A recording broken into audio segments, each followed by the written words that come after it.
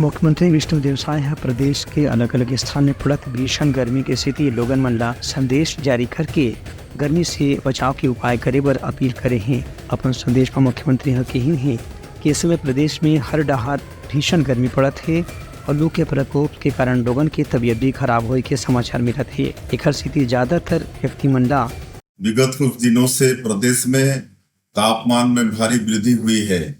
झुलसाने वाली गर्म हवाओं के थपेड़े चल रहे हैं, जिसके चलते गर्मी और लू से बचाव के लिए आवश्यक सावधानी बरतें। आप सभी से मेरा आग्रह है कि सुरक्षित रहें, सतर्क रहें, अपना और अपने बच्चों का ख्याल रखें। आवश्यक कार्य होने पर ही घरों से सावधानी से निकलें। धूप में सिर और कान को कपड़े से अच्छी तरह से बांधें। पानी अधिक मात्रा में पिएं। अधिक पसीना आने की स्थिति में ORS घोल पिएं। छायादार जगहों पर रहें। लू लगने या तबीयत खराब होने की स्थिति में तत्काल अस्पताल जाएं, क्योंकि सावधानी में ही समाधान है। धन्यवाद। जय जोहार, जय छत्तीसगढ़। दोपहर के समय में घर में ही रहना चाहिए।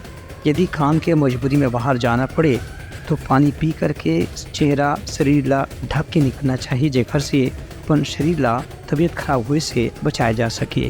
Bureau report, Uttarakhand news.